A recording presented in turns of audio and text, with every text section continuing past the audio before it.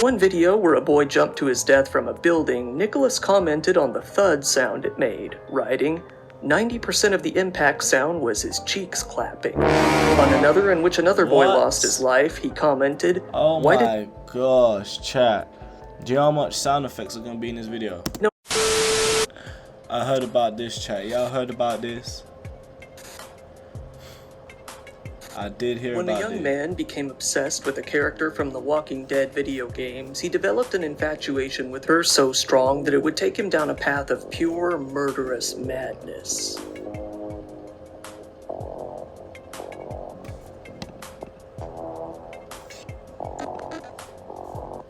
By taking a brief look into the family at play here.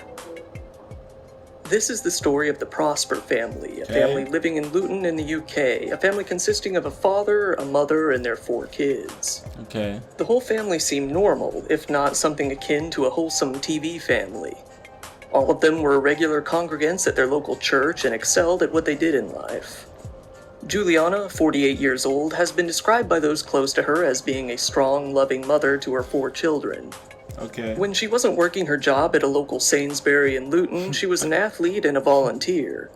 She'd spend weekends raising money for various charities, always thinking about ways to put other people first.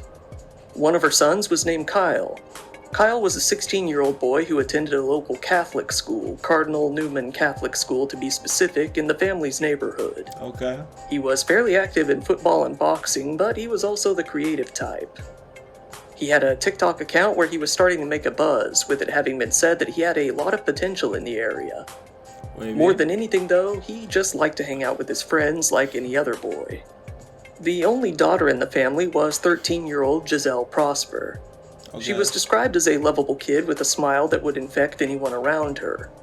She was doing very well at Lee Manor High School, excelling in all of her courses in 9th grade. She really treasured her family, especially her older brothers. Alright. One of these older brothers, though, 18-year-old Nicholas, didn't quite fit in with the rest of the family. He was different, quiet, a bit standoffish, and extremely opinionated. He was said to have been mentally ill, with those close to the family hearing that they had been trying to get him some help for quite some time to no avail. Okay. While it isn't known what kind of help he received, it's abundantly clear that it was not enough. When looking into just from the title, I kind of know where it's going, but at the same time, still like very anticipated to know like how I even got to this shit. You feel me? Nicholas's online presence, it's very easy to get a glimpse of his true colors. Nicholas, over the years, has been banned from various different online communities, but that didn't stop him from making new alternate accounts. For a time, he was fairly active on Reddit. One of the subreddits that he particularly enjoyed was called r/WatchPeopleDie, which is pretty self-explanatory from the title alone. This sub was very similar to all of the old-school shock websites out there, showing video clips of real-world violence, executions, accidents, disasters, and even people ending their own lives, hosting anything from videos of car crashes to live feeds of acts of terror. Wow. The description for Watch People Die read as follows. Welcome to Watch People Die. This is a community for documenting and observing the disturbing reality of death. This is not intended to be a shock or gore subreddit. Please follow a few basic guidelines. This community is intended to observe and contemplate the very real reality of death. We are attempting to provide a service by showcasing this content. We value the first responder, military, coroner, and mortician community that participates here. Be careful and be safe. Alright, is your surname in the top 100? Or is it about to become extinct? You got a nice warning. While Watch People Die was fairly prominent in some corners of Reddit for a while, it was during the aftermath of the Christchurch Mosque Massacre that the subreddit really came to be frowned upon. After all, the subreddit hosted the full, live version of the video where all 49 deaths were captured there crystal clear on video for all to see. It was due to this that both r/WatchPeopleDie and r/Gore were removed entirely after Reddit went under fire in the media for hosting the video. Both subs were left with nothing but a message saying that they violated Reddit's policies, saying, specifically our policy against glorifying or encouraging violence. The viewers of Watch People Die weren't all too keen on letting the subreddit die, though, so they decided to move to a new, standalone website modeled after Reddit in order to keep on posting as normal. Nicholas moved to this new platform as well, where he became fairly active over multiple accounts. On these accounts, he mainly posted comments on various gore-related videos in which he would joke, troll, and most notably, argue. Nicholas displayed a hatred of women in general, who he seemed to identify as feminists no matter what the context. On various videos of women dying, he would post comments such as, "Bye feminists," or "They're probably feminists," brushing off their deaths entirely. Wow. On one video where it appears that That's a young girl crazy. took her life after being assaulted, he commented, "Feminist propaganda. She died 'cause the dick was too good." Something that garnered him a lot of downvotes, even on a dark platform like this. It seemed at the time Man that said the evil website thinks you're too evil for it. You should already know he was gonna manifest some madness in real life, bro. A nigga don't just get like that, you feel me? He was gonna manifest. if anything, Nicholas was more interested in men. In a thread about the manifesto of the Tennessee shooter, in which the killer was notably transgender, Nicholas commented that reading the manifesto made him rethink his views on trans people and wished that he was a, quote, darling femboy. While that comment may seem bizarre but harmless enough, his other comments where he showed his sexuality were anything but that. On a thread asking about the most painless way people could end their lives, he commented that having gay relations with him would be the best method. On an image of Matthew Crooks, the attempted shooter of Donald Trump, he simply commented, "I think he's cute." More disgustingly, on another thread about a survivor of the Parkland shooting, Nicholas simply commented that he wanted to put his mouth on the nipples of the guy, getting him even more downvotes than the last heavily criticized comment. Wow. Then, on a video where a man ended his and his child's freak, damn. This nigga giving people ideas. What the hell? life on livestream, Nicholas commented that the video made him hard in a very excited manner. Even more disturbingly, he took his interest to videos of younger boys. On one video where a boy jumped to his death from a building, Nicholas commented on the thud sound it made, writing, 90% of the impact sound was his cheeks clapping. On another in which another boy lost his life, he commented, Oh "Why my did gosh, chat. Do you know how much sound effects are gonna be in this video? no one start jiggling his butt after?" This brings us to what was arguably Nicholas's biggest problem, his unhealthy interest in children. Some comments were not sexual but simply inappropriate, such as one in which he joked that the victims in the Sandy Hook massacre were crisis actors, likely a tongue-in-cheek, sarcastic remark towards the conspiracy theory. But it landed flat and got him downvoted regardless. In other posts, though, he began to delve into what would get him banned, even from a shock website. Nicholas had a cause that he was actually very passionate about, defending relations with children. If he saw an argument against pedophilia, he would take it upon himself to argue against it, usually using some sort of prove to me where's the harm. I look like the nigga that sold fat. Shit, he must be a good looking nigga. Type of argument. If Stay anyone away from didn't wish to drugs, argue kids. with him on this, he would annoyingly rant about how they What's had up, though? failed to counter any of his brilliant arguments or come up with any counter-arguments of their own, failing to see that most people simply didn't see the need to argue that this this nigga kind crazy, of thing bruh. was bad. To Thank you most for follow. people, it was simply a given that having relationships with children was bad, but Yeah, to nigga, I ain't Nicholas, say it no wasn't fake. quite so clear. Nicholas didn't even like when people used the term convicted pedophile, lashing out with comments such as, "Sorry, what's a convicted pedophile? I This nigga, I don't know what's happened to this nigga, but I'm sure he's in jail. don't speak You can't know he's retard." not in jail. On another thread mocking a similar Oh my type of criminal, gosh. Nicholas began to argue about the The age of nigga just had to be a light skinned nigga too. You feel me? Bring it down for all the light skinned niggas, bruh. consent, Let's saying, lose. "What if she's 17? Where do you draw the magical arbitrary line?" In others, he argued that statutory charges should not be referred to as rape. Fucked up. Finally, Nicholas decided to go on a long, rambling rant about why he feels that having relations with children isn't bad. When arguing, he would often attempt to write It's his posts bad, like an it's very academic bad. paper, citing sources and Needs to get demanding that down- his opponents That nigga needs to get downvoted right now, chat. Someone downvote this nigga, bro. Do as well. One of these rants was finally the last straw for Nicholas's account. This was when he wrote this big fat bowl of word salad. To avoid inevitable rhetoric and misinterpretation surrounding the legal terms of consent and rape, I'm going to use nigga said the word? Involuntary Come and on, voluntary bruh. sex instead. Nigga, you gotta I say don't support ape or something, involuntary right? sex with children. I Come do, on, however, bruh. see no issue with voluntary child-adult sex, What? stemming from Why is he reading it? Nigga, blot out some of the empirical words. findings, and then What the cites hell? the I ain't source. trying to hear that. Studies purporting harmful long-term effects and pervasiveness due to child-adult sex often use clinical sampling which don't represent the general population of children legally sexually abused. Off the top of my head, clinical samples are vast majority females and only consist of cases considered serious enough to report, in contrary to the GP, where a large quantity of instances go unreported due to lack of perceived seriousness. Okay. There's another source. In addition, these studies count for no confounding variables. What's interesting is when the definition of CSA was made over-inclusive. For college samples, the way of these clinical studies, upon controlling for compounds, family environment, retrospective perception of willingness, Okay. the effect size became almost non-existent, with little remaining values being attributed to unaccounted for variables. Source.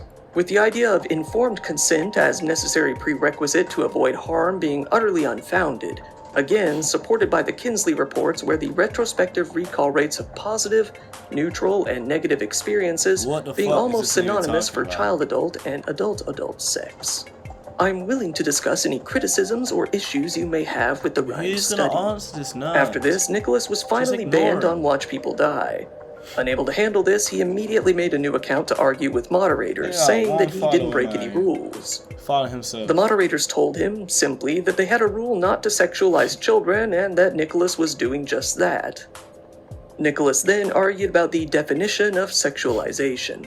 The moderators weren't willing to argue with Nicholas in his pseudo-academic fashion, simply telling him that they would unban him if he contributed a video of his own death to the website. Hard. He then asked if the mods were mentally challenged. That's a lose-lose situation thing. If he does the video, then yeah, I guess he will never be on the site. And if he don't, he banned. Good job, Reddit. Or whoever that is. Good job, man. To which they said that they may be, but at least they don't advocate for having relations with children. So Nicholas continued to rant that the rule wasn't explicitly defined, so he couldn't have broken it. They simply just banned his new alternate accounts as well. Nicholas, dejected, decided to enter into other forms of social media in order to get his fix. He made a new account on Instagram, where he Okay. mainly posted crude drawings. Almost nobody followed him, however, he followed a little over 100 people himself. Okay. Concerningly, most of the accounts he followed were those of kids, or at least teenagers. What the hell? One of the Do you know what sound effects we're gonna need to put in this for the editing? A lot, chat, a lot. pages that he followed was even a memorial page for the child victims of the Sandy Hook incident. What? Nicholas was a huge fan of the Telltale Walking Dead video games, and that's putting it lightly. He played the games over and over again. These games are made in a choose-your-adventure type style where players' choices will affect the way that the story plays out from Crazy, because I was gonna play The Walking Dead the other day. then I on. was gonna download it. Nicholas became extremely infatuated with one of the Might main not now. characters, a young girl named Clementine. Nicholas became so obsessed with Clementine that he began to use her as his default picture on various forms of social media. He also opened up an account on Pinterest simply for the purpose of collecting pictures of Clementine, collecting hundreds of them.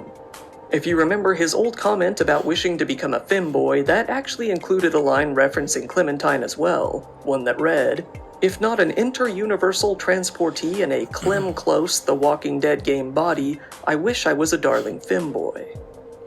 Okay. This meant that he was so obsessed with Clementine that he wanted to travel to her universe and take over her body, or at least a body very similar. Nicholas, in his own words, began to see Clementine as a sort of religious figure, feeling that he was destined to follow her and do anything he could to support her. So at this point, he's a lot more psychopath than we think. Like, he might be, not might be, he's mentally ill. In fact, that's what it was. But it's like, did the family know? We're all talking about what he did, but did the family know this, chat?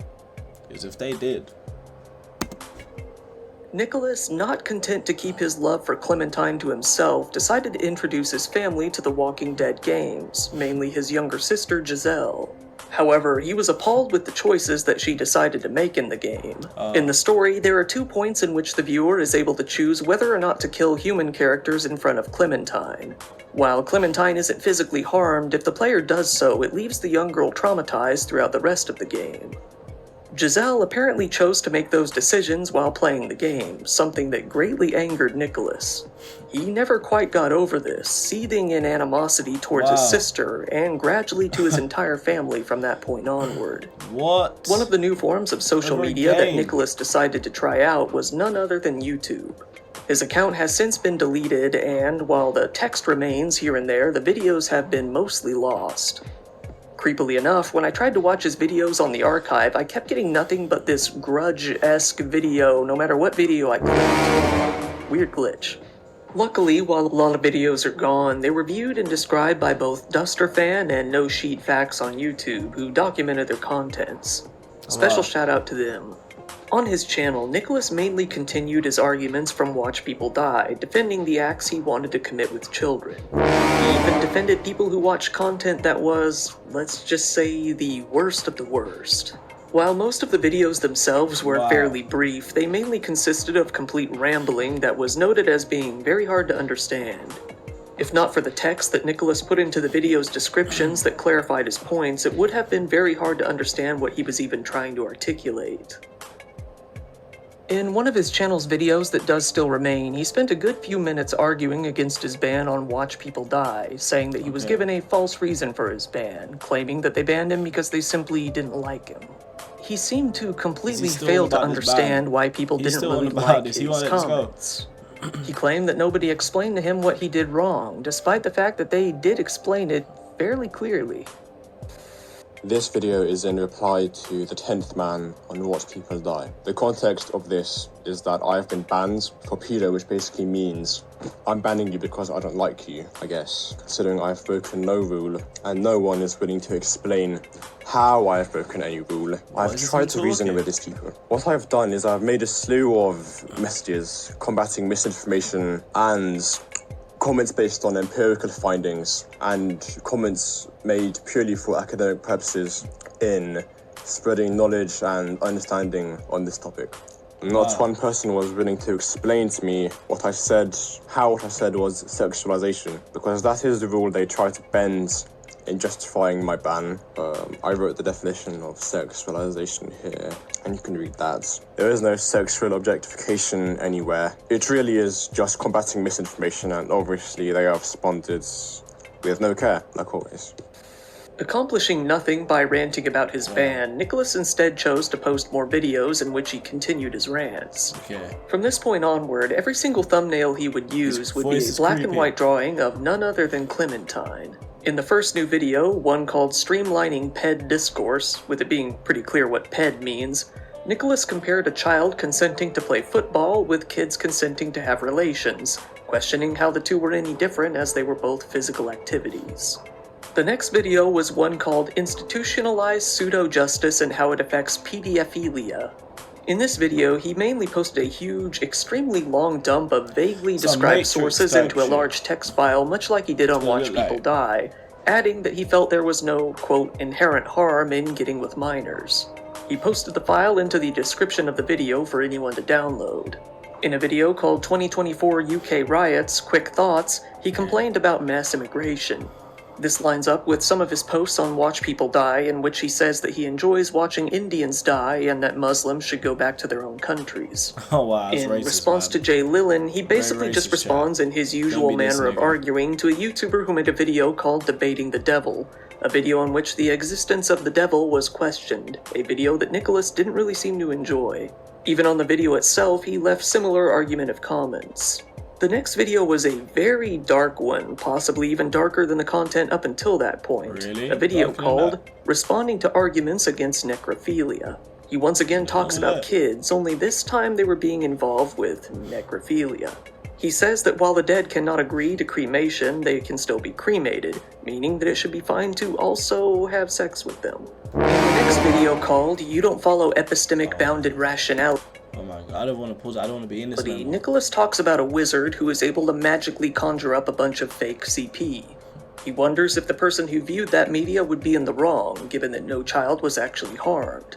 In this video, he notably talks about seeing the notorious dark web video Daisy's Destruction, in which an Australian criminal named Peter Scully tortured a young girl in some of the most brutal, heinous ways imaginable in order to excite his buyers. It's widely considered to be one of the worst things ever shown on the internet, but Nicholas was describing the content within and defending those who have watched it. In the video, he also references what seems to be an imaginary relationship that he is in with Clementine. Finally, we have Kingdom Level Above Human. In this video, Nicholas discusses the afterlife in various religions, even cults such as Heaven's Gate. He wonders how his experience in the afterlife might be. It shows that, at this age, he assumed his life may very well be near its end. Nicholas was never able to forgive his sister, or by extent his family, for the choices that she made in the Walking Dead game. Even months after the fact, he was still horribly offended and bitter towards them. While he was able to hide it outwardly, he had come to despise them internally. It came to the point where he decided he couldn't handle it anymore. Nicholas was somehow able to purchase a shotgun despite not having the license required in the UK to do so. He went home with it, and there he set up a webcam, put on his best bucket hat, and began to film a video. Right away in the video, he clearly states that, due to the decisions Giselle made in the game, he was planning on mutilating her face beyond recognition. On June 30th, my sister decided to make the only correct choices in episode 1 of season 1 of the Walking Dead games, and for that her face will be mutilated further than necessary. After mentioning his sister, he turns his attention to a video. It's like, I don't really want to believe this. I hope this isn't real, because it's really going to trigger me if it is. Like, yeah, I just don't want this to be real, chat. This better not be real. But let's see. He saw on YouTube. This was gameplay footage of the Walking Dead game recorded by a channel called Living Echoes. In this video, which was a compilation of the best moments between Clementine and another character, the YouTuber made the same choices that his sister did, appalling him even more. However, he abruptly stops talking about this. Have you ever wondered why some people are blessed with this gift? I also recall a video by Living Echoes on YouTube, Best of Lee and Clementine Definitive Edition. It was a compilation, and he decided to kill Larry in front of Clementine, and then I later learned he decided to kill the St. John's in front of Clementine. Nicholas had actually already posted angry comments on Living Echoes' video about how he felt about the choices he made. Finally, Nicholas went into his religious views involving Clementine, saying that he is her chosen one and compares her to Jesus Christ. Wow. I am the chosen one, chosen by Clementine. I am guided, as Christians are guided by Jesus Christ. And there will be no more killings of Larrys in front of Clementine, no more killings of St. John's in front of Clementine, and overall Clementine's content will be preserved, maximized. Wow. That's the message I want to give out. Nicholas then logged on to Pinterest and uploaded a few more pictures to his Clementine folder one last time. Okay. September 13th, 2024. Wow, so Nicholas pulled out his shotgun and approached his family at around 5:30 in the morning. After a confrontation, he shot his mother, Juliana, his sister, Giselle, and his brother, Kyle, killing all three of them. It seems that his father either didn't live with them or wasn't home, as well as his youngest brother. Getting some items for protection, he picked up a few knives from the kitchen. Nicholas then fled the scene on foot. It isn't really clear if he knew where he would go, but he took off running regardless. Jeez, what the fuck? While several neighbors heard the gunshots, they weren't really accustomed to violence in their area. The majority of them figured that the noises were that of a car backfiring. Some neighbors, though, did call the police to come check things out just in case. Shortly after the calls were made at around 5:30, the police made their way out to the home. Upon entering, they found that 3 people had been murdered. During a search of the area, they were able to find Nicholas's shotgun abandoned. Wow. Police began to fly drones around the scene and over a huge section of river nearby after finding the weapon. Now on the run, Nicholas uploaded his final video to Mega. He then posted the link to the video on his personal Facebook at 6:22 a.m. As news came out about what had happened, the neighbors of the family reacted in shock. One neighbor, a nurse who had lived there for 22 years, said, "Everyone gets on here, but there is an undercurrent of bad behavior. I'm shocked. To hear somebody had a gun, never. I walk here late at night and never had a problem, never felt unsafe." Nicholas was finally caught by the police as he ran down Birmingham Road. He was arrested there on the sidewalk as onlookers recorded. To start off, he was charged with possession of was finally caught by the police as he ran down Birmingham Road. He was arrested there on the sidewalk as onlookers recorded. Wow. To start off, he was charged with possession of a bladed article, the kitchen knives he grabbed, in a public place so that the police could at least keep him under their thumb for a while as they investigated. It became abundantly clear that Nicholas was the murderer. Shortly after, he was hit with additional charges of purchasing or acquiring a shotgun without holding a certificate, and, 1 day later, possession of a shotgun. It came time for Nicholas to briefly show in court for the first time. At the hearing, the gallery was mainly filled with various members of the remaining Prosper family. He appeared, shackled, with a gray jumpsuit. It was then that his father, Ray Prosper, sobbing, yelled out to him from the stands, "I still love you, son. It's not your fault, okay?" The deputy district judge, Robert Borwick, detained Nicholas into custody and ordered him to appear at the Luton Crown Court for a preliminary hearing in a few days. Wow, the dad still fucks with him. It's crazy, man. It's crazy. Until then, Nicholas was locked away. The judge said, "I have no power to consider bail, so you are remanded in custody until that day." While waiting for Nicholas's hearing, those who knew the family were left to reflect on what had happened. They established a memorial for the family outside of the apartment building where they were murdered. A co-worker of Juliana said, "She was just the loveliest person. She had a heart of gold. She would speak so highly of her kids." Another friend of Juliana said that she lived for her children and was a positive person who will be so terribly missed. Wow. The mother of one of Giselle's friends from her music class also came out to pay tribute.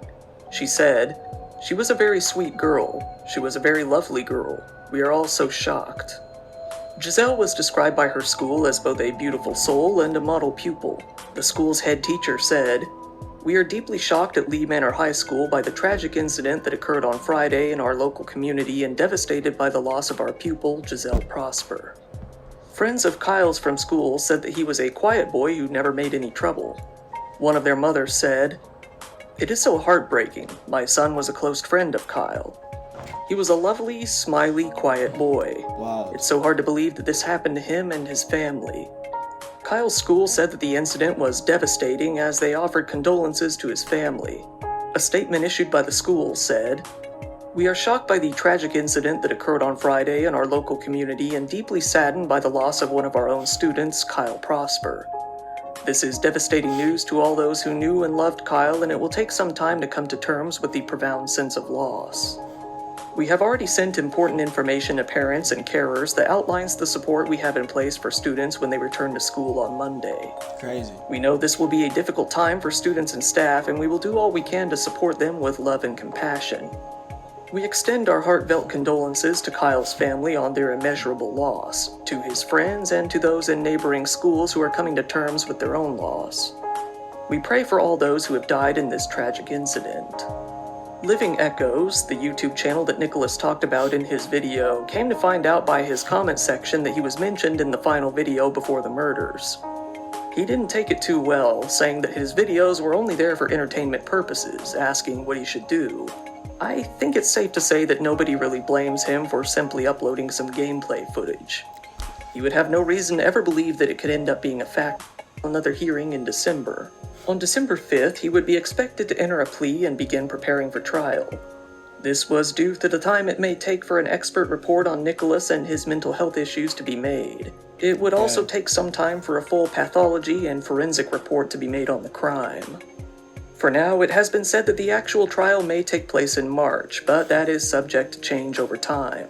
We'll just have to see where this goes. At the very least, at least someone like Nicholas is good and locked up.